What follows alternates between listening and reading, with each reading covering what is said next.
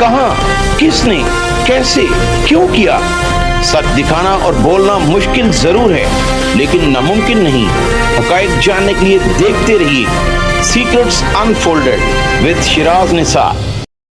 السلام علیکم ناظرین، میں ہوں آپ کا میزبان شیراز نثار۔ سی آئی آرگنائز کرائم کے سب انسپیکٹر شکیل بٹ کا ایک اور کارنامہ سامنے آ گیا۔ ڈی آئی جی انویسٹیگیشن اور ڈی آئی جی آپریشن دونوں شکیل بٹ سے سخت ناراض ہوئے اور شکیل بٹ کی طرف سے اپنی مدعیت میں داتا دربار تھانے میں درج کیا گیا مقدمہ دوسرے ہی دن خارج کر دیا گیا۔ واقعہ کچھ اس طرح ہے کہ شکیل بٹ نے بہاول نگر کے ایک شخص محمد عنایت الرحمان کو غیر قانونی طور پر حراست میں لیا، داتا دربار کے علاقے میں لے جا کر اس پر 9C کا ایک مقدمہ نمبر 2375/24 درج کر لیا۔ اس کے بعد اس کو تفتیش کے ذریعے جیل بھجوا دیا گیا، جبکہ اس کے لواحقین جب D I G operation Faisal Kamran اور D I G investigation Zeeshan Asghar تک پہنچے تو انہوں نے ایس پی سٹی انویسٹیگیشن اور D S P investigation Yousaf Butt سے فوری طور پر انکوائری کا کہا۔ جب دونوں افسران نے متفقہ اور مشترکہ طور پر D I G investigation Zeeshan Asghar کو یہ رپورٹ دی کہ یہ مقدمہ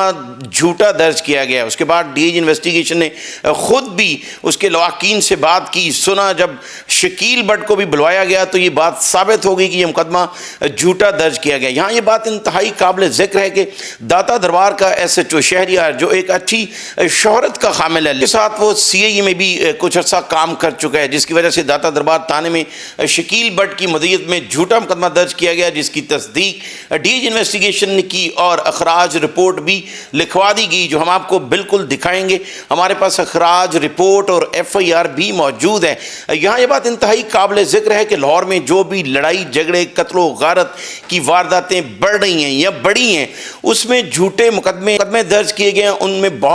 انہوں نے بہت ہی اہم رول ادا کیا ہے۔ جس طرح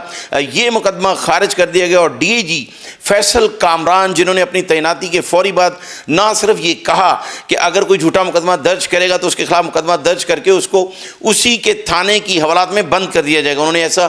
کر کے بھی دکھایا اور 3 ایسے پولیس افسران کو انہوں نے مقدمہ درج کر کے گرفتار بھی کروایا اور اپنے دفتر میں روزانہ کی بنیاد پر کھلی کچہری لگا کر یہ اپنے انداز کی ایک پہلی ایسی کھلی کچہری ہے جس میں فوری طور پر متعلقہ ڈویژن کے ایس پی اور ڈی ایس پی کو احکامات جاری کیے جاتے ہیں کہ سائلین کی دادرسی کے لیے فوری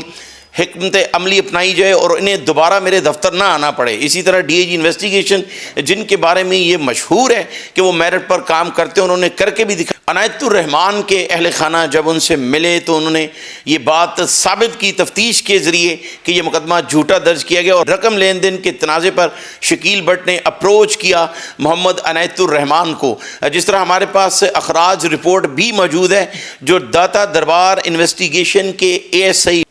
خالد مہر نے مرتب کی۔ ڈی آئی جی انویسٹیگیشن کے حکم پر یہ رپورٹ مرتب کی گئی۔ شکیل بٹ جو آرگنائز کرائم یونٹ میں عرصہ دراز سے تعینات ہے، اس سے پہلے بھی اس کے کئی ایسے کارنامے سامنے آ چکے، لیکن افسران نے نہ صرف ان کی سرپرستی کی بلکہ شکیل بٹ کو سپورٹ کیا۔ لطیفہ بٹ کے بھائی خواجہ اظہر گلشن کو بھی شکیل بٹ نے اپنے ساتھیوں کے ساتھ ان کے گھر سے اٹھایا۔ اس کے بعد یہ رپٹ بھی لکھی گئی، یہ میڈیا پر بھی بات چلی کہ شکیل بٹ کو سی سی پی لاہور بلال صدیق کے کے حکم سے معطل کر دیا گا، لیکن یہ بھی بات افواہ نکلی اور کسی پولیس افسر نے